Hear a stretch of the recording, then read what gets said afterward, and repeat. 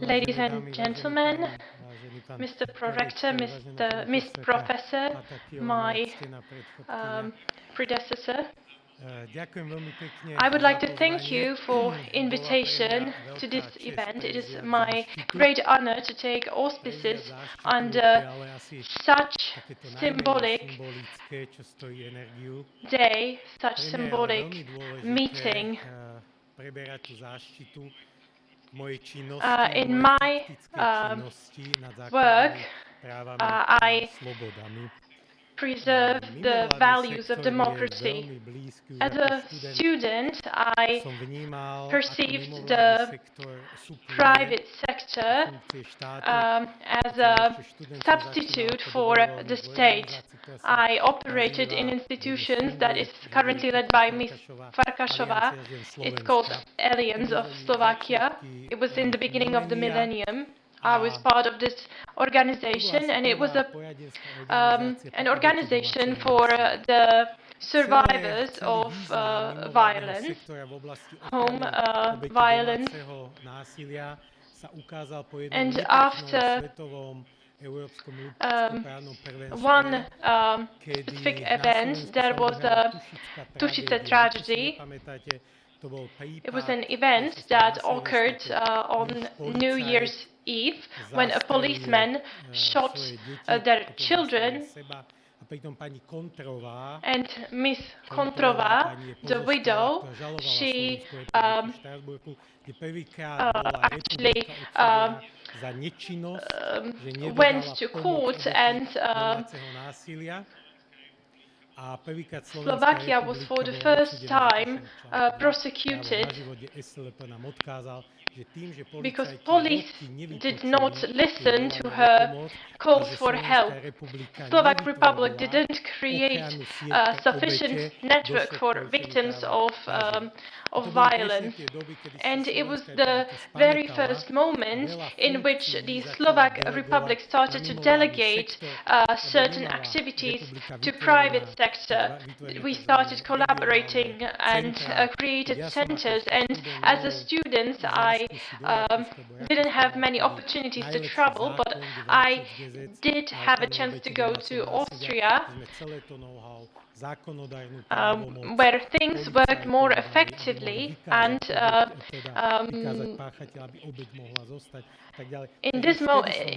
during that times I could see how authorities deal with issues. Poverty, I think, is one of the reasons why the state fails, why we have so many issues. We don't have enough coordination in the battle against poverty. And when I see that the state is going to undermine the liberties of people, I will step in. The question of the forum today is what we can do to strengthen the democratic values in our society. And in my speech, in my lecture, with the chance of discussion, I would like to introduce you my work. In the last year, I have followed various executive procedures in which political rights were somehow violated. The rights that, thanks to the Velvet Revolution, which we have commemorated, I didn't think that many years after the revolution that gave us the liberty of meetings, of gatherings, would be under such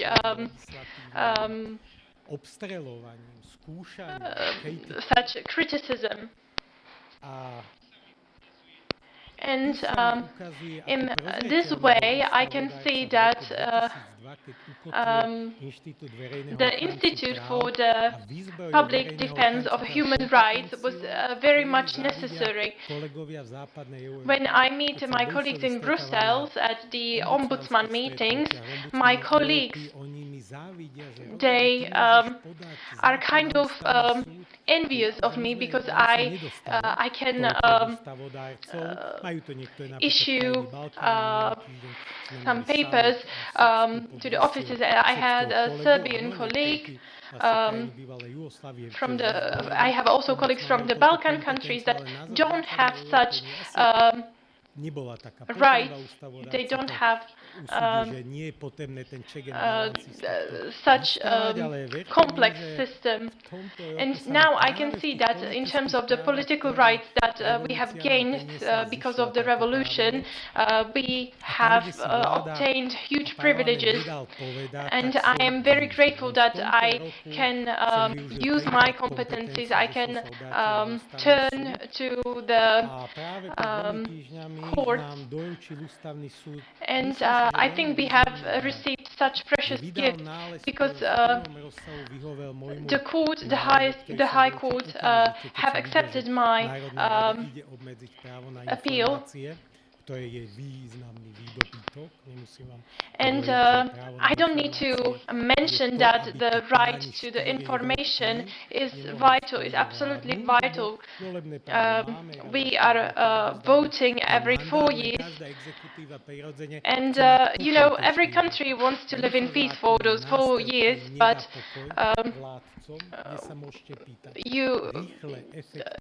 you have to have environment where you can ask freely. I have worked for the 13 years at the Ministry of Justice at the legislative section, where I was responsible for the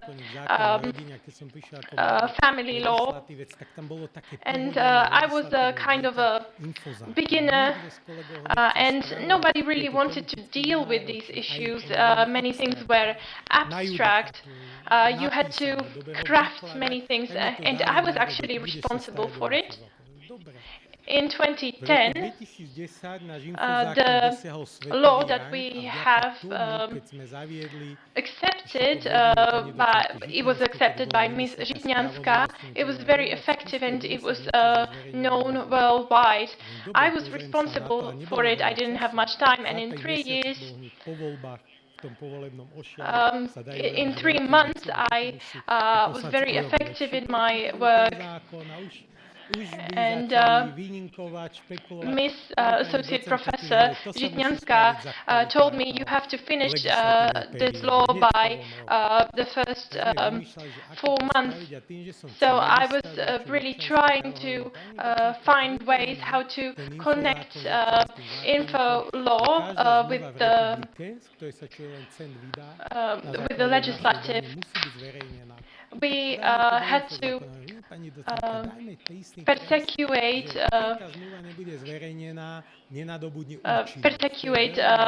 unlawful procedures.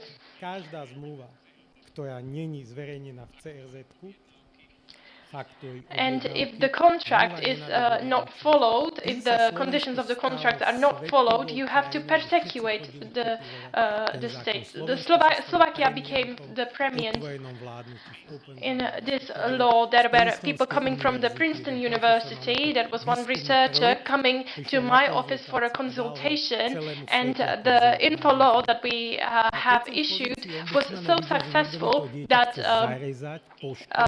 it was known at the USA, it was known across the European Union. It provides us a sort of a protective break. My method is you always have to talk to people. And there were such examples where I had to lead a dialogue. I also pointed out the challenges that we had to tackle, we will have to tackle, and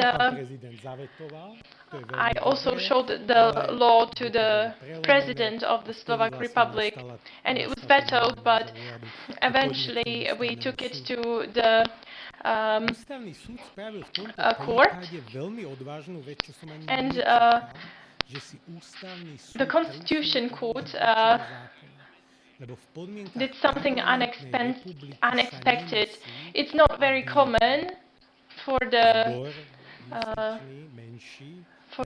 court it's part of the democracy, because you have to find a balance, but our appeal has finally been accepted. And we didn't know at the time whether we will be successful, but the court eventually decided to suspend it. Not long after that, after 4 months, the court accepted our offer, and the dogmatism of the law was eventually turned. Mr. Langoš, he signed the law in 2000, and there are some conditions that you have to follow, but the state, after the state would you would have to pay to the state, because you need to process so many data, and that was kind of like a final straw, final drop for us. I will show you. You have the opportunity to find out the whole text. The right of the civil society was discussed. It's sort of a gift for you, because the Constitutional Court talks about the right to the society for right treatment. And the norms were successful because it evolved the idea. The report on our work in 2000, I have seen that we need to create a specific chapter that we have entitled Rights of the Civil Society. We have established individual chapter. You know, we have social, political, economic rights and laws, but I think you need to have an individual chapter, individual treatment to the civil societies, as they are endangered.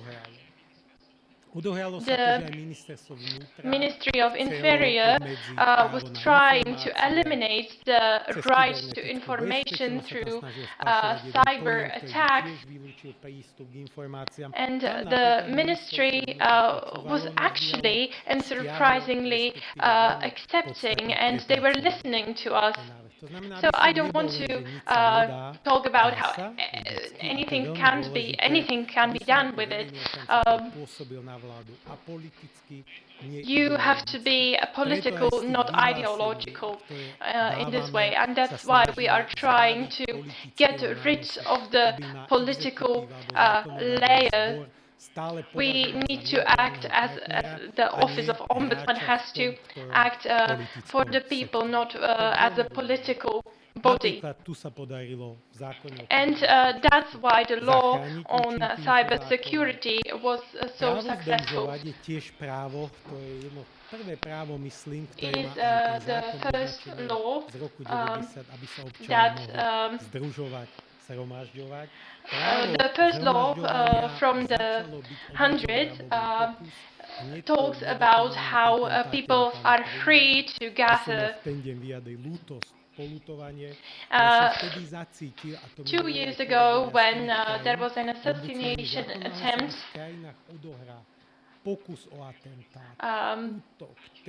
I have discovered that the executive was trying to kind of study the meaning of the assassination attempt.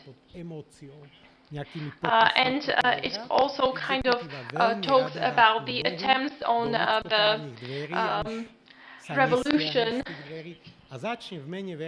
So we can talk about the protection against terrorism, protection of the executive members. I am pretty sure that you have followed the topic of Lex assassination attempt. And Mr. Kaliňák was actually responsible for it. We had many dealings. There was voting in the parliament. I was talking to Mr. Kaliňák. We went through the law. And we have researched on the gatherings, on the rights of gatherings, what are the responsibilities, what are the rights of the people.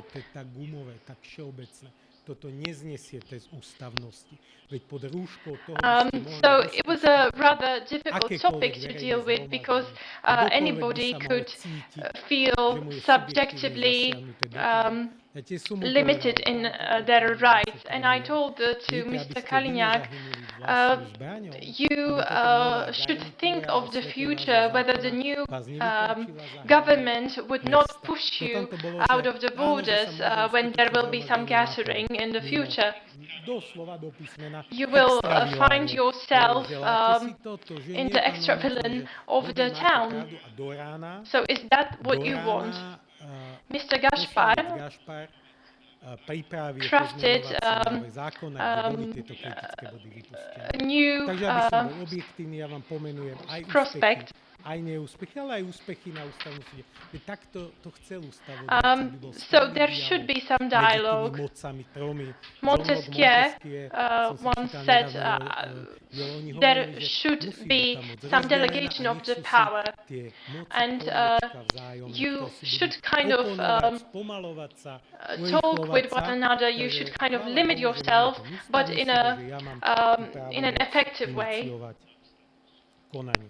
Na ústavnom súde.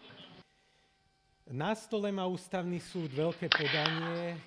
I filed a new motion with a constitutional court about your gathering, right to gathering, and luckily we managed to allow the case. It is still on our table, the order of the constitutional court about the right to gather.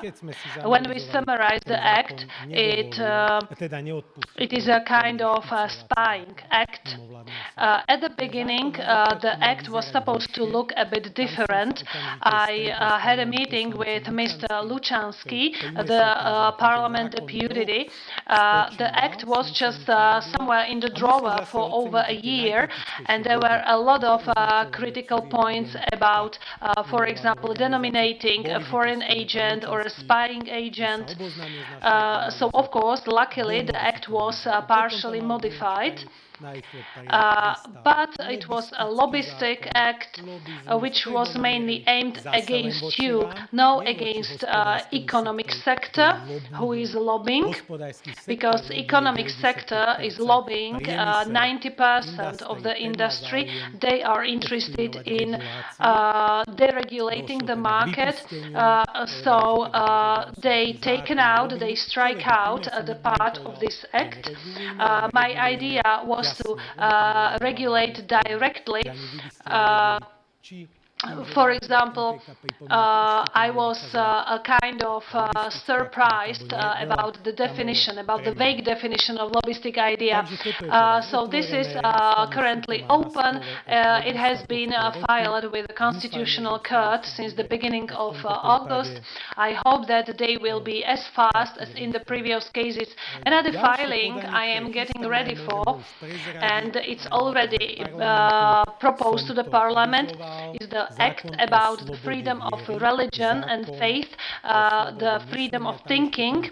Also, you, Mr. Professor, you notified the Ministry of Culture to change the notion that you cannot, for example, execute your freedom of religion and your freedom of religious gathering unless you have 50,000 signatures and supporters.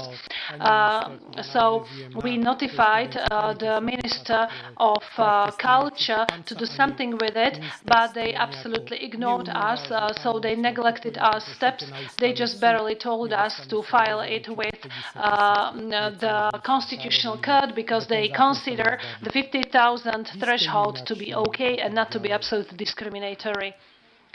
Communication with the world is very important. Lex NGO, also the Commission from the European Union came for consultation. It is a very important body of the Council of Europe, and they shared our ideas and issued a recommendation to the political gremium of the Council of Europe.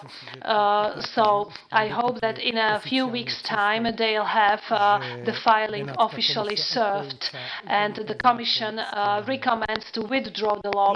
As for economic and social rights, I know that I've been struggling with health insurance companies because many patients have already contacted me when they were not allowed the access to a special medication. There are not strict rules about allocation or distribution of medication, so I mailed respective filing with the Constitutional Court, and for example the executive power reacted to my filing,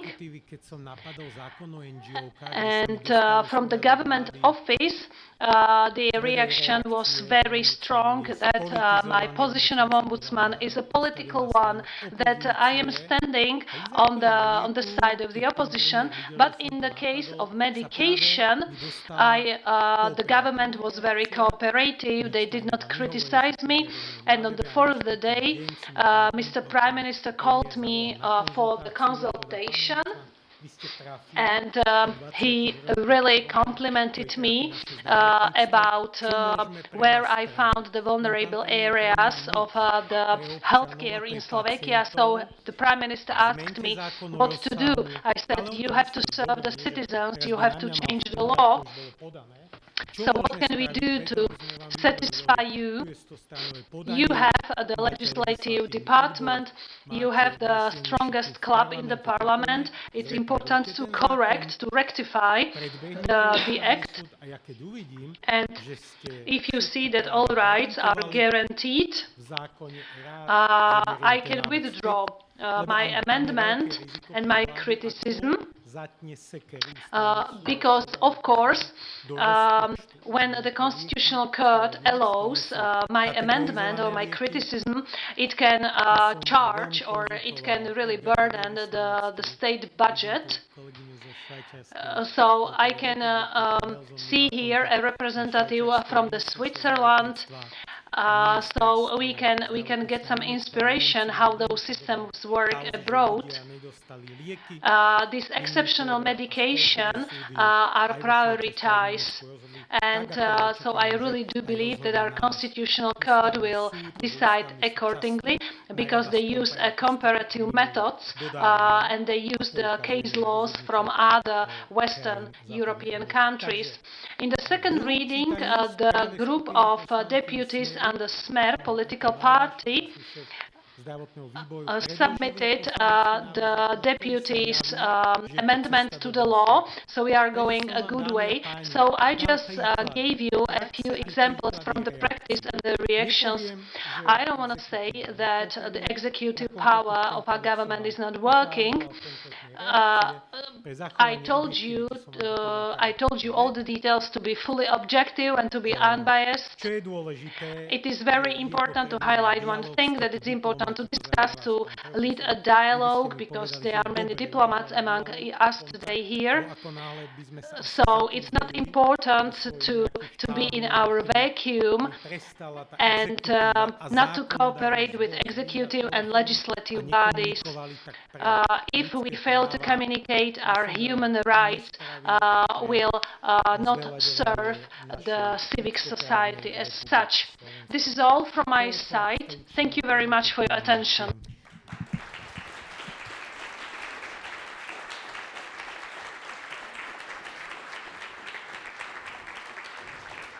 Mr. Dobrovodský, thank you very much for your speech. I wanted to give you a space for one short question, if you don't mind. So one short question from our audience, because you uncovered a large field of questions and pitfalls. Mr. Professor, no, not you. Áno, nech sa páči. Thank you very much. Ďakujem veľmi pekne. Mr. Ombudsman, where can we read the findings on the Constitutional Court regarding the Information Act? It will be shortly published in the collection of acts, but it is a public thing, so leave me your contact and I can send you the link.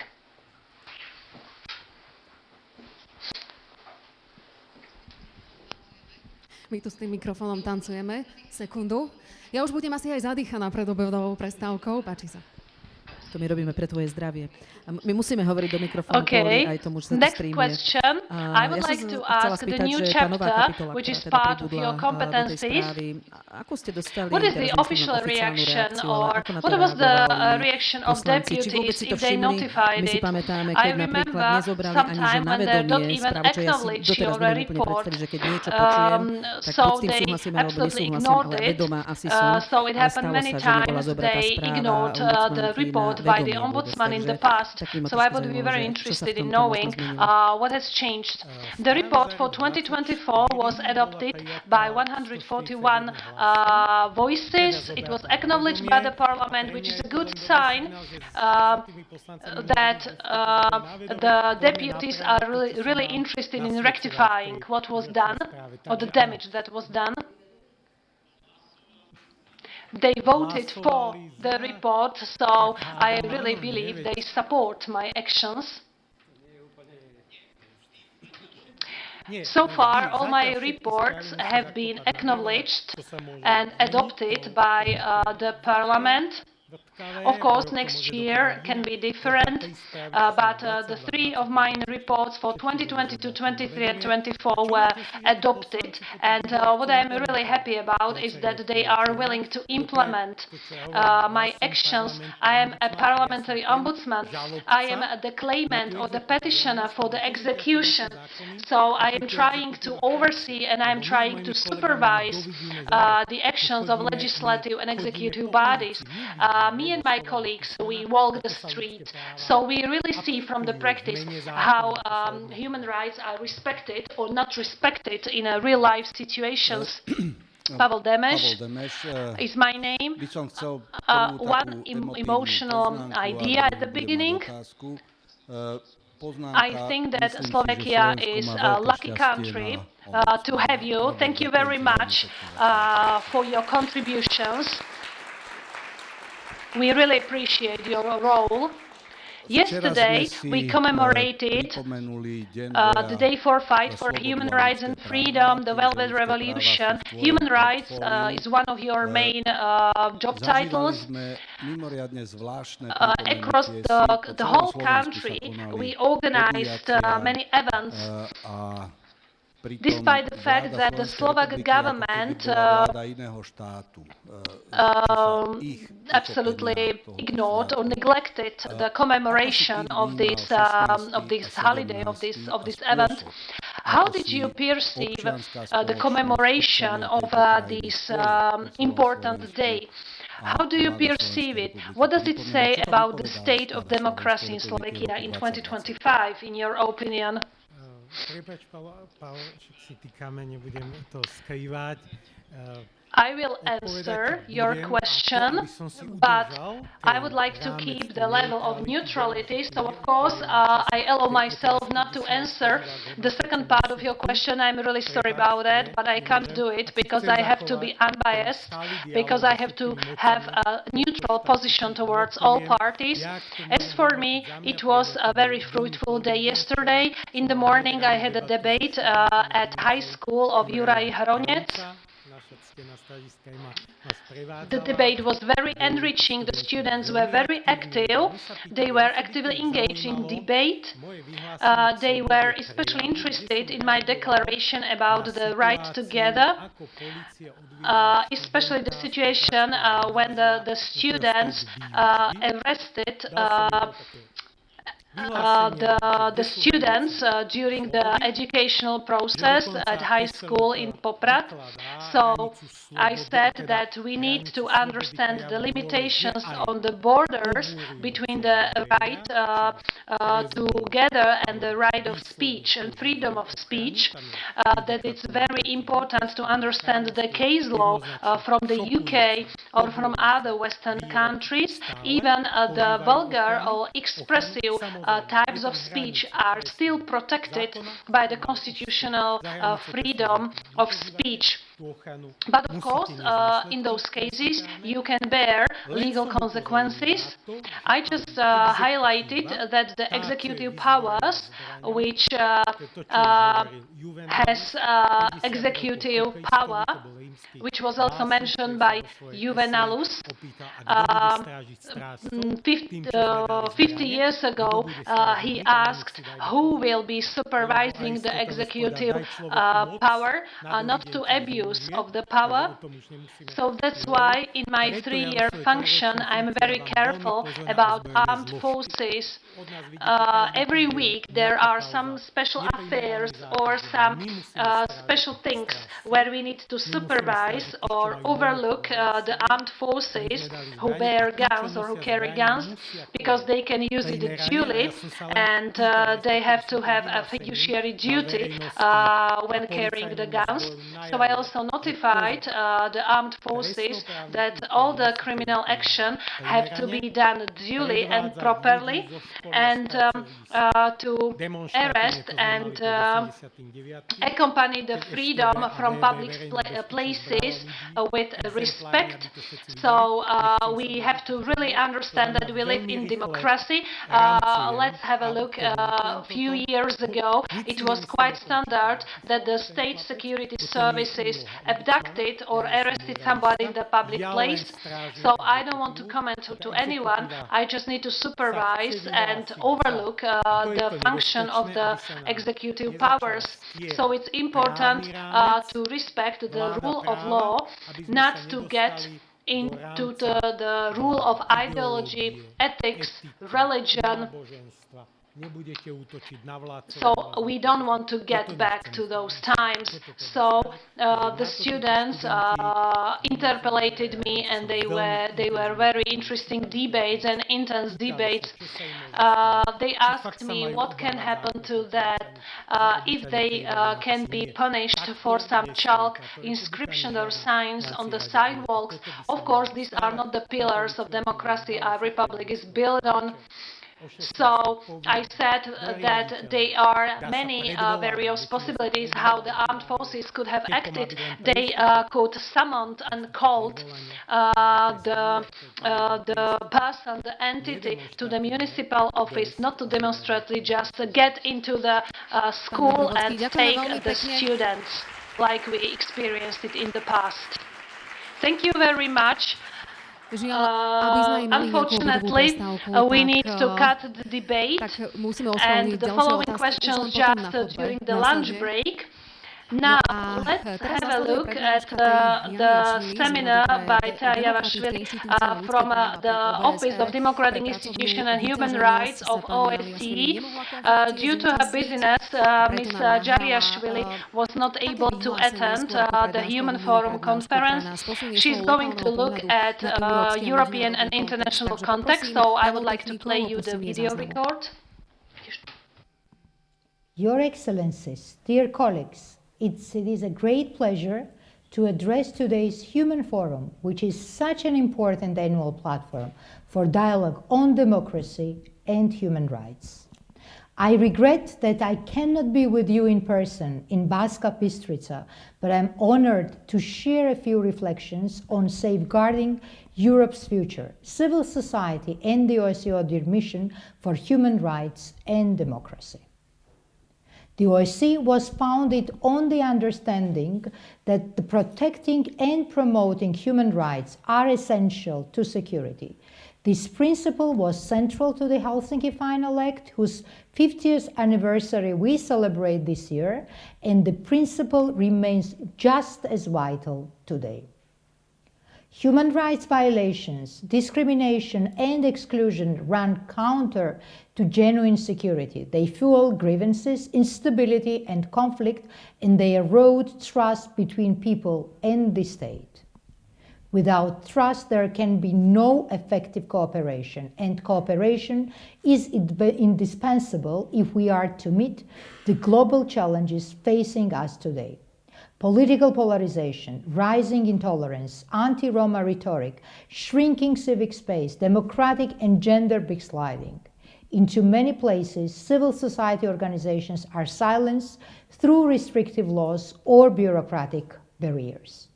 It is also no coincidence that ODIHR was the first established as the Office for Free Elections. Election observation and assistance remain at the heart of our work, where we see to what extent countries are living up to their commitments to uphold the democratic principles.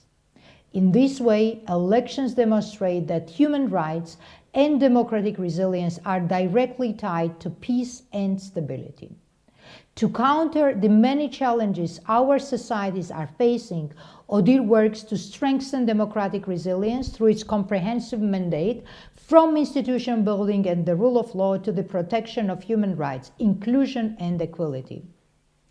We provide timely support to states across the OSCE region, helping them respond not only to the current needs, but also to new and emerging ones. We also work closely with the civil society organizations, building their capacity to do the work safely and effectively, and creating opportunities for human rights defenders, women's rights groups, and the Roma communities to connect and share experience.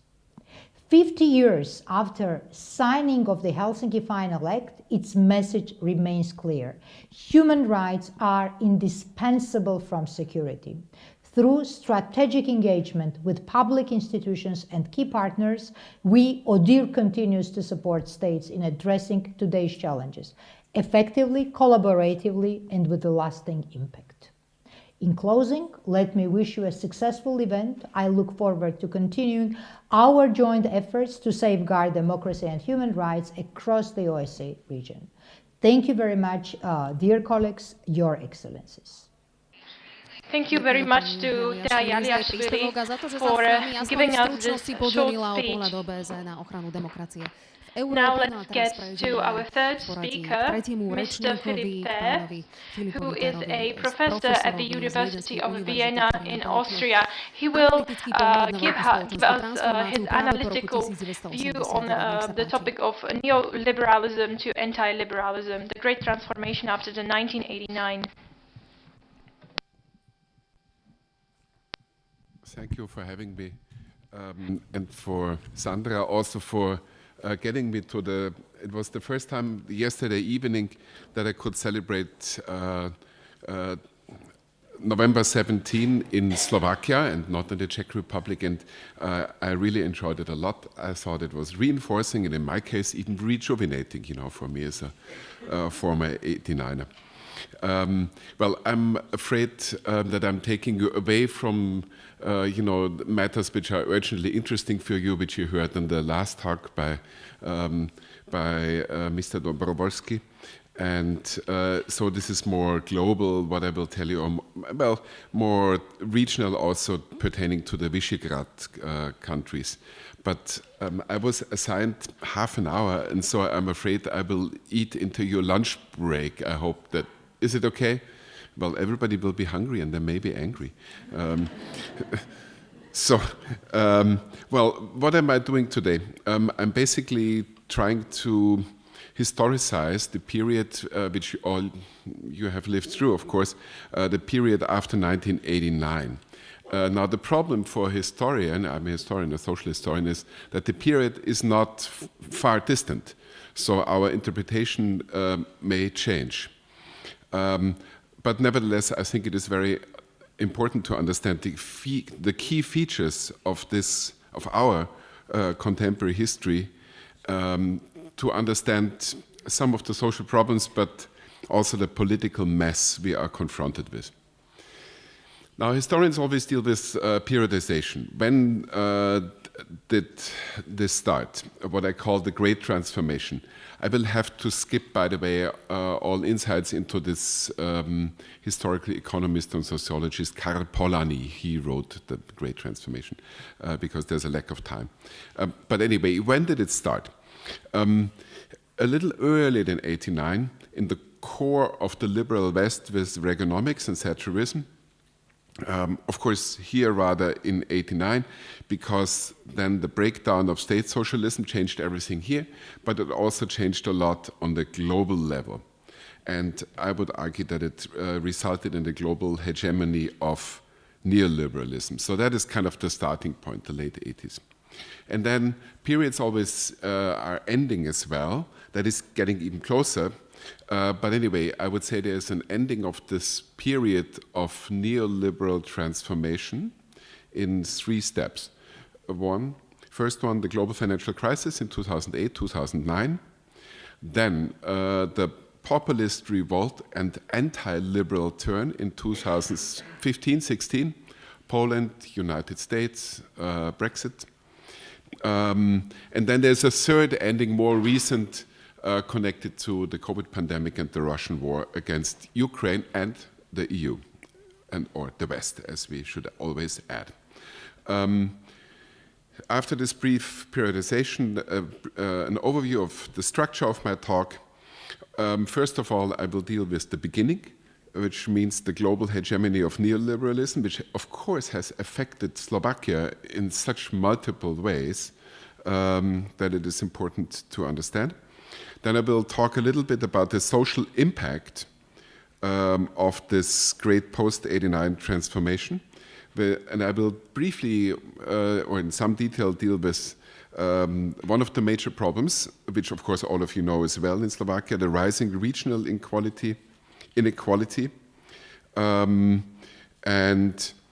then part 3, I will deal with the populist revolt and the continuities between neoliberalism and anti-liberalism. I'm using anti and not illiberalism, because that is a source term created by the prime minister of the neighboring country, and I think we should keep some distance to contemporary politicians in academia. I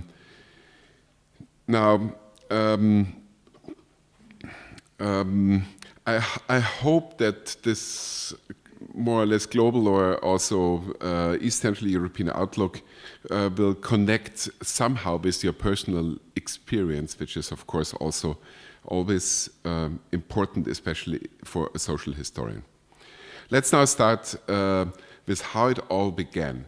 I mentioned the late 80s, but actually we need to go back a little before that. In the 1970s, you might have heard about the biggest structural problem in the West, which was called stagflation, so stagnation and high inflation, by the way, something which we're having to some degree at the moment as well, plus the oil crisis ending the post-war boom. And so the social democratic Keynesianism did not work anymore. And there were general doubts about the ability of governments to steer the economy and society, in a way the end of high modernity. Of course, the parallel process of that in East Central Europe was the failure of jumping forward with post-Stalinist socialism.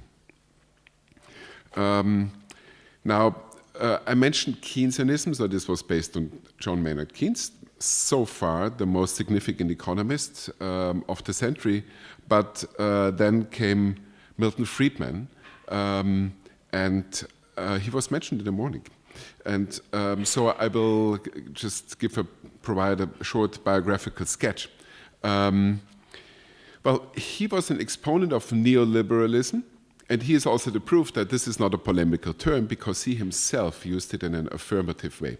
So when he was developing his concept of neoliberalism in the 1950s, he was pertaining to the world economic crisis in the 1930s and trying to redefine economy making. The goals was a better functioning capitalism and market economy in order to compete with the communists and the Soviet Union. Now, Friedman was also one of the founders of the Chicago School of Economics and the key advisor of Ronald Reagan. And what I'm going to show you now, historians always work with sources, is a source from the year 1989, 1990, when Friedman produced a series for the public TV in the United States, PBS. And this was a series on economic policy, but also, well, providing an outlook on society. And, well, Friedman was always introduced in every series. It was 5-digit. I don't know whether it was translated to Slovak, by the way. I know there is a Polish version. There was a Czech version. Maybe some people saw the Czech version. And anyway, so Friedman was always introduced by public figures, and in that series, Freedom and Prosperity, by Ronald Reagan, and the most powerful Austrian after 1945, Schwarzenegger. So I hope the technician can now launch the video, which takes us back to the year 1989-90. To get an idea what neoliberalism, you know, how these reform policies were ideologically based in the West. So, does it start? Poprosíme o pustenie videa. Jo, máme technika tam nahoru?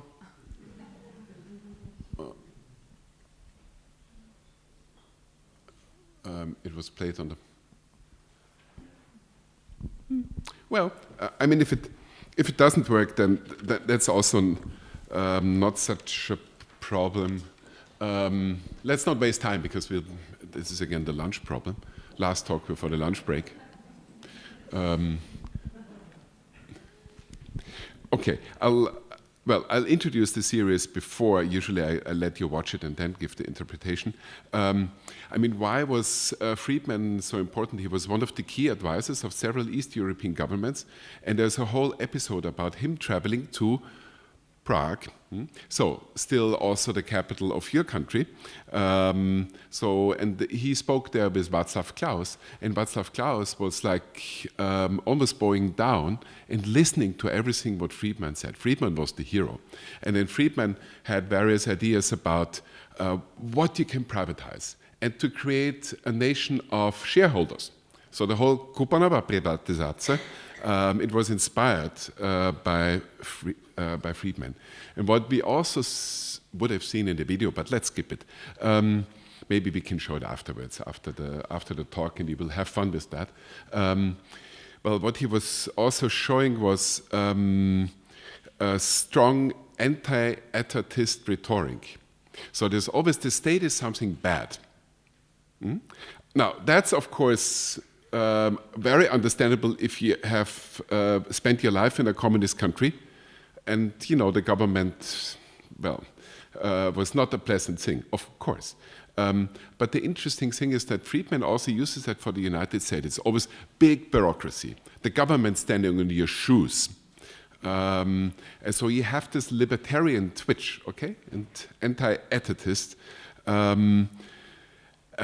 And if the state is bad, what is good are always the markets, free markets for everything. So that is the basic content of the source, which we can then see after, well, on the way to lunch, I hope. Now, what he also used, Friedman, was the idea that, okay, now state socialism has broke down, and this is an opportunity for the biggest experiment, I'm quoting him, the biggest experiment in economic policy making of our times. So kind of an idea of an hour zero, okay? You have the old system completely interrupted and then do economic experience. Now, what came out of this idea was then, in the very same year, shock therapy. Now, shock therapy was developed also in the mid of the 80s by Jeffrey Sachs, who then came as an advisor to Poland. Probably you know the story. So he was not present that much in Czechoslovakia, Jeffrey Sachs, but the idea was, okay, rapid, painful reforms, the shock, and then you get a healing. So using pseudo-medical vocabulary, which by itself, of course, is interesting, right? On what was the based? There was a previous global 89 event, which was the Washington Consensus, where you had an idea about austerity, or macroeconomic stabilization, as they called it, liberalization, privatization, deregulation, and foreign direct investment. And that was transmitted to Poland in the shock therapy. Now, in independent Slovakia, this did not happen because of Mečiar. I don't need to explain you the history of your country. So he tried to postpone many things, not to take up credits from the World Bank, stay independent of the IMF, so have a more moderate course or more gradualist, if you want. But this did not work, not only politically, but also economically, rising debt, where could he borrow the money from, and so on. So it did not last. And like many other countries, Romania, or also to a degree then Ukraine or Bulgaria, Slovakia joined in the second round of radical reforms. But what is the most interesting fact about this, that it became so universal. So not just Poland, but then step by step, all post-communist countries took a strategy of radical reforms. Now, I hope we can see the slides. You have to say name of the file. Aha, but it is on the desktop. We copied it over. It's on the main thing on the screen. Aspetta kopierovali? Sorry. Okay. One down, please. Okay. I mean, this is what you usually get, right? This kind of picture. And of course, this is GDP. I'm sorry that Slovakia is not there, but well, too many statistics on one slide are just confusing. But anyway, Slovakia, of course, had a different development from the Czech Republic after '93, a little later, a little slower, but then it caught up after the turn of the millennium, being even called the Tatra tiger in Western media, like the New York Times. So, anyway, the general picture is that growth picked up after the early transformation countries. And sooner or later, it also did in the post-Soviet states, which had various kind of troubles. Now, what you get as the main explanation in academic literature, including foreign affairs, was usually, okay, first comes the shock therapy, and then comes prosperity. This is also what basically Friedman was saying.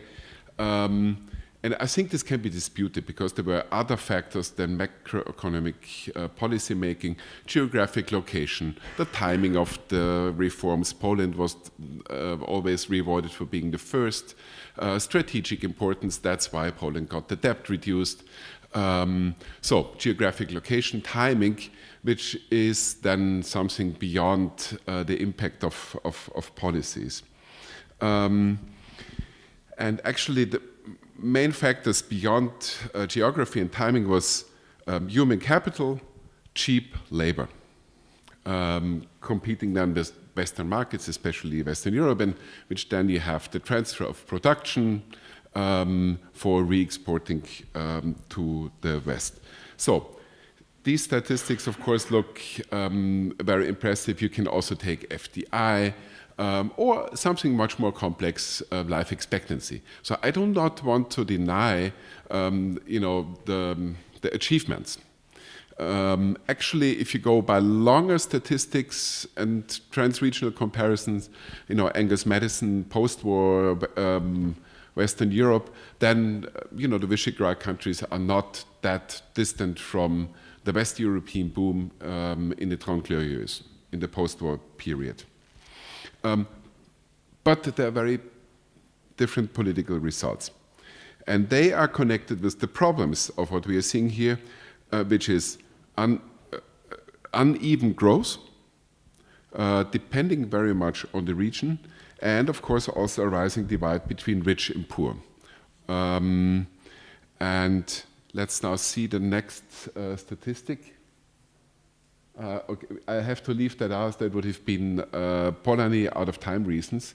But I wrote about him amply, not only in English, but you also can get the Czech version. Maybe I should pass it around.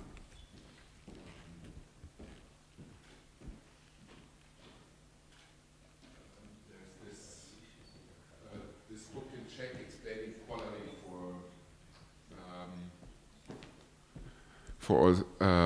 for historians and social scientists, but also general readers. Let's move one slide down. That's the sovereign debt crisis. Even one more down, please. Sorry.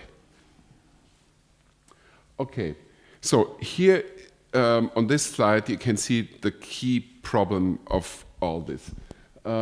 So the East European capital cities, and that's also to a degree true for other centers of growth in larger countries like Poland, Poznan or Wrocław, they come pretty close to Western average very soon, already in the 0 years, or they even surpass the average of the EU, which by the way is also true for Bratislava. The per capita GDP, especially purchasing power parity of Bratislava is higher than the EU average. And you might even soon surpass Vienna. But what you also see here on these slides is within the countries, if you then take Poland, you know, Warsaw, and I took Nowy Sącz, but I also could have taken Przemyśl, or then in the Czech Republic, well, Olomouc, or the north, Kalovévarsky, that there's a huge difference within the countries. And of course, the same pattern is also true for Slovakia, which, again, to avoid confusion, I did not include here. But, you know, Bratislava to the very east, there is a very stark difference. And actually, to measure it, I mean, what happened in these basically transformation years, so the mid-1990s until a little after the accession of the European Union, is that you have a difference of trans-regional imbalance of around 5 or 6 times higher GDP in the centers of growth compared to the poor agrarian or the industrialized regions. Well, of course, you always have a differentiation on the regional level. You also have it in strong welfare states like in Austria and Germany, but there this imbalance is much lower. By the way, it's also true for the Czech Republic or Slovenia. So there are also trajectories going beyond state socialism. And what do you have then in these areas? I even happened to travel to eastern Slovakia for a private reason. Well, what you have then there is high unemployed, very many poor people, subsistence economy, leading then to mass emigration and leading then to the loss of the very important factor post-89, the loss of human capital. Now, after the EU accession, this improved. This can be shown by many statistics. So this regional inequality either stagnated or even went down. But it still is a big problem. Once you create such a stark difference, it is very difficult to improve it. Now, one of the effects of this labor emigration, I don't know whether you have an equivalent word in Slovak. I only can understand Slovak, I'm not fluent. In Poland, for example, there's this word Eurosieroti, so the Euro orphans. Everybody knows it in southern Poland or in southeast, the so-called Polska B. So the children left behind because 1 or 2 parents are commuting and working somewhere else. Now, what does that have to do with neoliberalism? We might think that that this inequality was non-intentional, and I would agree that it is not fully intentional, but it was more than a side effect. One of the key factors and the key concepts of this reform policies and then neoliberal policy making was what I would designate as mobilization through fear. And that then also co-transformed the West. It came back to the West, especially to Germany, which is also a post-communist country. Mobilization through fear. Well, in East Central Europe, the competition with the West was through low wages. In Poland, I know it exactly because I did my own statistical research, digging out 1990 statistics. The wage difference between Germany or Austria was around 1 to 10. Now, if people are paid so little for their regular work, of course, welfare payments necessarily need to be even lower than that. Because according to also older concepts than neoliberalism, well, the labor you're doing must pay off. And so if you have such a low wage strategy, then obviously the welfare recipients are even worse off. And this is why so many people dropped below the poverty line. But there was also advice given by the IMF and even the more egalitarian World Bank. I know that from studying their archives, it's all in this book, that they were explicitly giving the advice to keep the welfare payments low. And depending on the country, then between 20 or 70% drop below the poverty line. Now, I was talking about the West. In the 1990s, mid-1990s, we have a lot of social reforms in the West. Clinton, Blair reforms, then eventually also in Germany, Schröder. And those welfare reforms were supposed to switch people who were recipients of welfare, which was based on a title of a basis of entitlement. The people are insured, they're paying social insurance, so you get something back, right? If you're unemployed, if you're old. And so this was replaced by neediness, basically. So people had to go to the office and ask for the money, and there were higher conditions how to get welfare money. And Germany actually in its social reforms eventually even adopted some things you were seeing in East Central Europe before, for example, introducing in the Hartz reforms in 2005, 2004, 2005, a low-wage sector, €1 jobs. It looks a little bit absurd on first view. How come in Germany, where people are making at the time between 15 and 20 euros on average, how come a €1 job? But actually that put the German salaries on the level of the poorer regions of Western Poland. And especially East Germany was competing with them. Now, German welfare state was so strong that you did not have many people falling below, to fall into absolute poverty, but it meant a relative impoverishment. And so also there, the social welfare reforms, they did not have the same impact like in Slovakia, right? Absolute poverty, but relative impoverization as a process. Now, I'm coming to the third point of my talk. What were the political consequences and the political fallout? All these reforms were communicated with a slogan which we know from Margaret Thatcher. She probably invented it. And one of her main slogans was, "There is no alternative," abbreviated TINA. There were even jokes about it.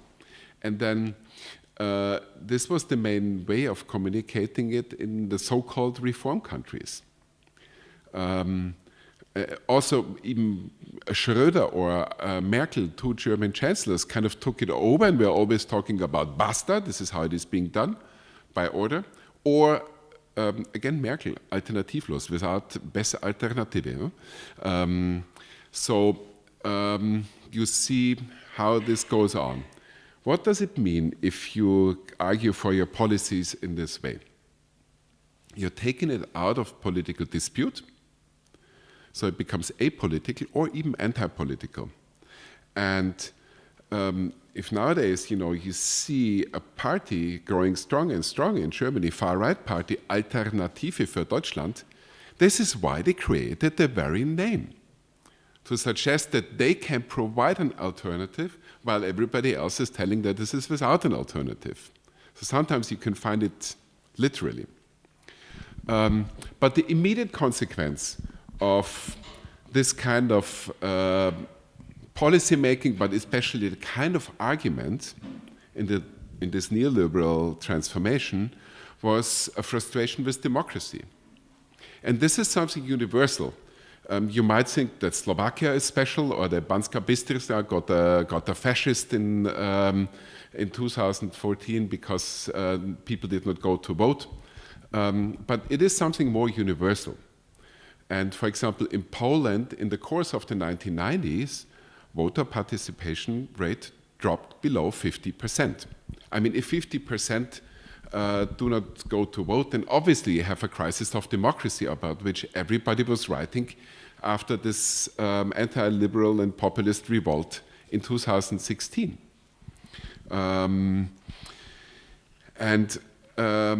Again, you rather have populist parties or then right-wing parties profiting from it. By the way, dropping voter participation in the course of the 1990s, it's not only an Eastern European phenomenon, it also happened in the United States, below 50%. In this, on the surface, splendid golden Clinton years. Now,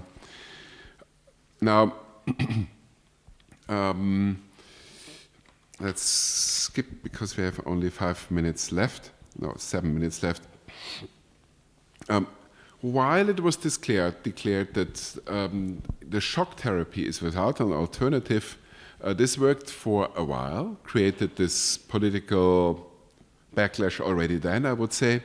But what we then see around the turn of the millennium was actually a second, more radical phase of neoliberalism. Now, you know that in Slovakia, in various discourses and actually political measures.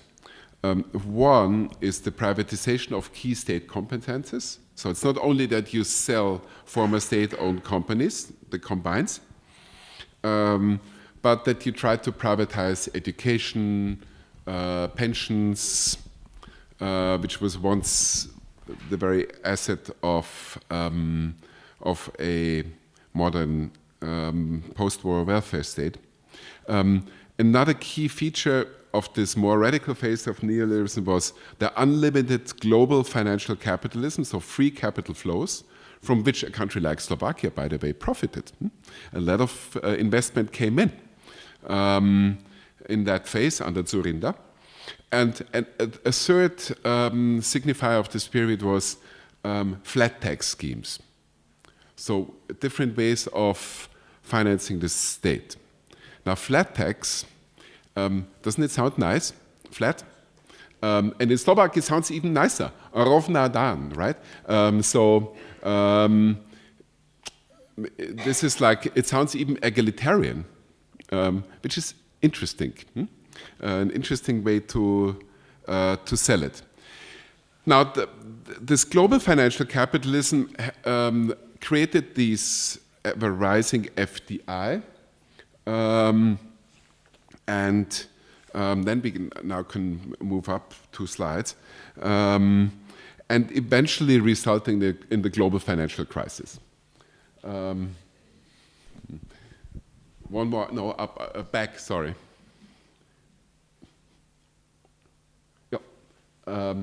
Now, you all know the global financial crisis, which cost the Western model of capitalism and the United States so much credibility, political credibility, but there was an East European equivalent to that. So over-speculation in real estate, financial economy. So if you want also FDI, which were not productive anymore, but purely speculative, creating an Eastern European bubble. Interestingly enough, Czech Republic and Slovakia were not that much affected, but Hungary was on the verge of state bankruptcies, of a transfer of payment problem. Ukraine, Romania, Lithuania. So this was the Eastern European part of it. Then came the sovereign debt crisis in the south of Europe, because then banks stopped borrowing large amounts of money to countries which they had doubts about their debt. So Greece, Italy, and so what you then see here in this long period between 2009 and 2013 was a steep downfall also in Southern Europe. So again, I want to show to you, that what you sometimes experience in Slovakia is in line with a broader pattern. It's not restricted to Slovakia. The crisis response was usually more of the same. Austerity, unfortunately creating in Southern Europe a downward economic spiral, and can be proven exactly why. Italian government stopped to pay companies for even contracts they had with the government. And what do companies do? I mean, they can save even more, or they go bankrupt. So this was one of the major problems, then visible also in the industrial production, which actually in Italy it went down as much as in Czechoslovakia in 1990 to 92. Very similar statistics. So La Crisi in many ways has some similarities to the early transformation crisis in Czechoslovakia and then in Slovakia. Now, how does all this relate again to this region? I began my talk with this usual GDP success story, okay, which you have. It's undeniable. So this is the macroeconomic picture. But I'm a social historian, so what I did, I tried to dig deep into popular experiences of all this. And in Poland, they have this long tradition of national memory competitions.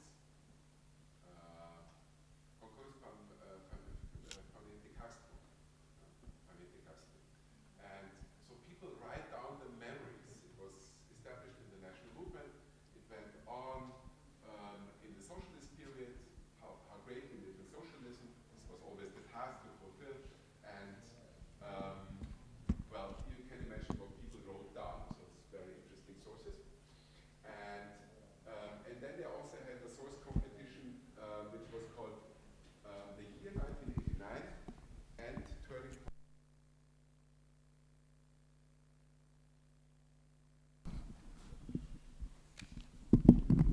Okay, thank you. I hope you didn't lose too much to the translation.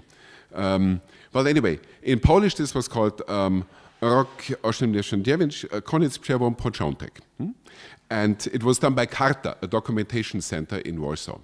And you get more than 140 of those memoirs being sent in, and they ask particularly the young generation who were pupils, high school above all, but school in general, in the 90s and after the turn of the millennium. And if you look at this competition, it is really very interesting the picture you're getting, because on the one hand, people report on material progress, new consumer items, so the growth figures get reflected in those memoirs in a way. The first well-functioning car, not a Maluch anymore. But they also report from either one or two parents being unemployed, having to migrate for a job, and a large degree of, you can say, social and even familiar insecurity in private life. And I think this is one of the key reasons why even the young generation, many of them, are not happy with this area of neoliberal transformation, or call it liberal if you want, like some of my Czech colleagues, even if you deduct the neo, there is a large degree of, I would say, deep-seated, sometimes even resentment.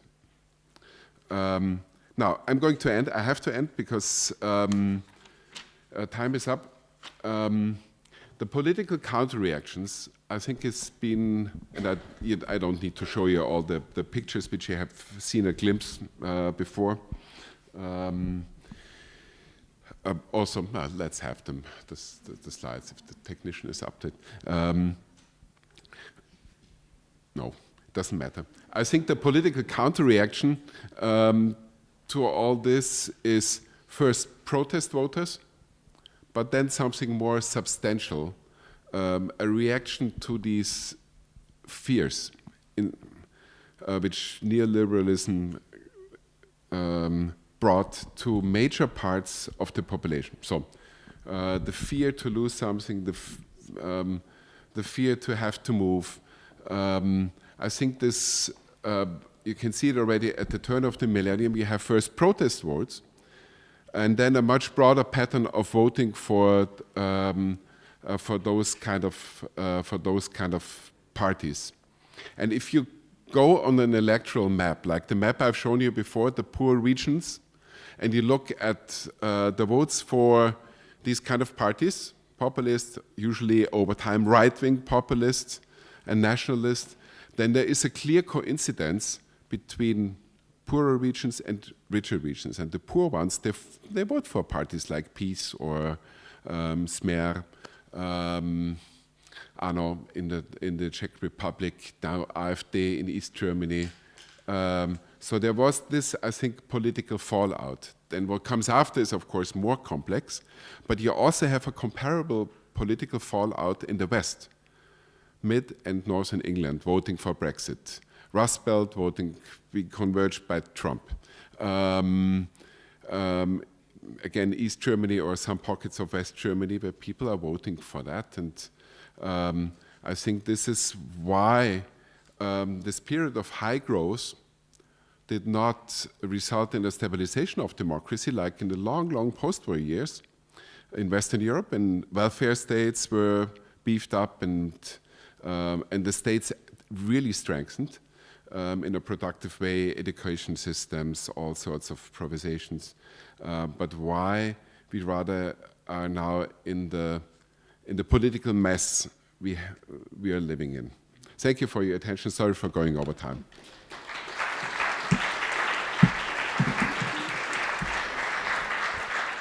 Dávame si ešte priestor na naozaj veľmi rýchlu otázku a veľmi rýchlu odpoveď. Quick question and quick answer. Mr. Ther, maybe you'll need headphones for question. No, I think I can rest. Oh, okay. I can understand.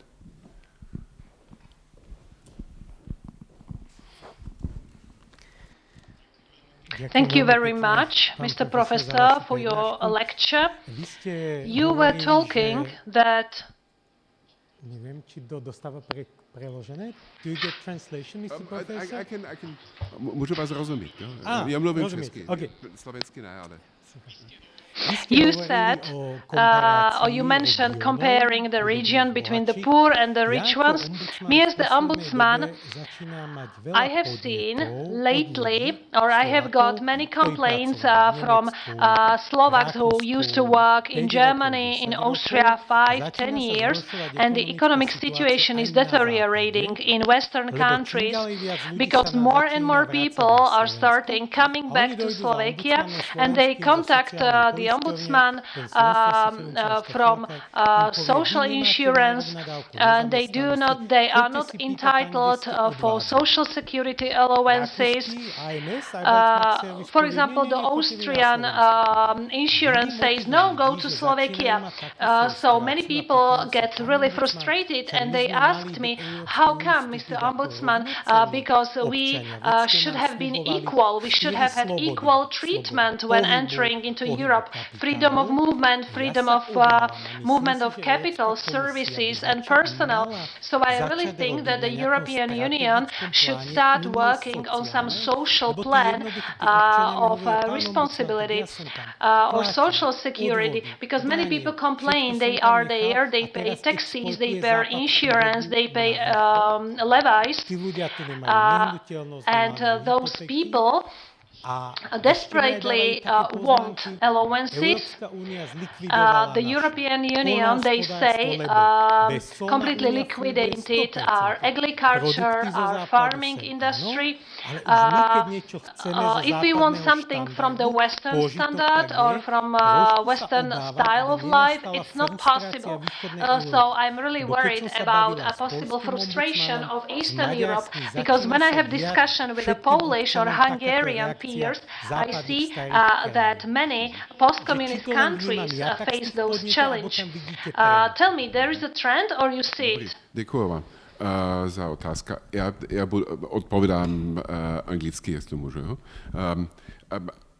Thank you for this question. I think there is indeed, in these times of populism is always connected to nationalism. And there is this trend of what I would call welfare or social state nationalism. And it's a disquieting trend. And it's deeply unjust. And I've heard about that a little, but not as directly. And I think it should be brought to court. Maybe in an alliance of countries which also are receiving more and more remigrants. I mean, in Vienna, we also have like 70,000, 80,000 Poles who are increasingly remigrating because the wage difference is not there anymore. So people are returning, which, by the way, is, of course, might be good for the former sending countries because they are receiving human capital, and it did have an impact also in the global financial crisis. 300,000 Poles migrating back to Poland from the UK and other places are a key factor which helped to prevent minus growth. Only EU country. So this human factor is important, and I know the AMS and Austrian authorities are always then trying to avoid paying. I don't know whether the Germans do it in the same way. It is illegal because if people have paid in, then they are entitled to get something out. I mean, even so, I'm an Austrian citizen, German as well, but I would argue to go to court because this is unjust. Now, the absurd result of all this is that Austria actually is benefiting from its labor migrants, including Slovaks. I mean, so many, especially in the health sector in Vienna, even had a master's thesis on sestranice. So sisters in the health system, working in Vienna. I mean, the hospitals would break down.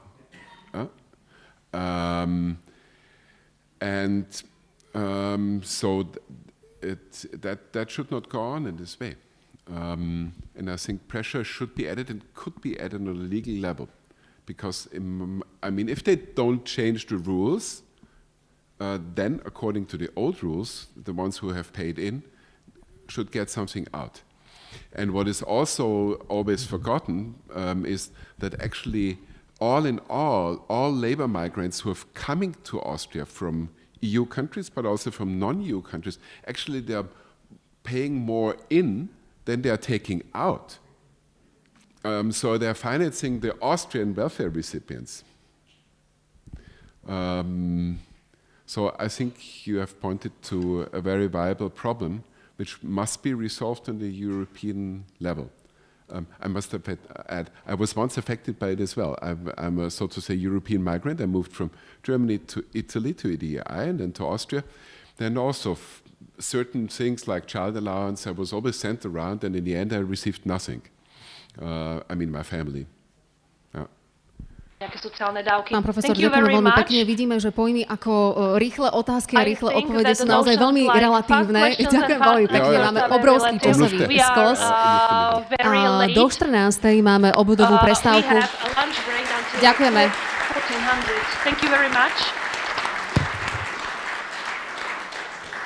Pán profesor, ďakujeme ešte raz veľmi pekne. Do 14. máme obedovú prestávku, tak vás poprosím, aby sme to dodržali, aby sme potom nemuseli ukrajovať z tých ďalších prestávok. Ďakujeme.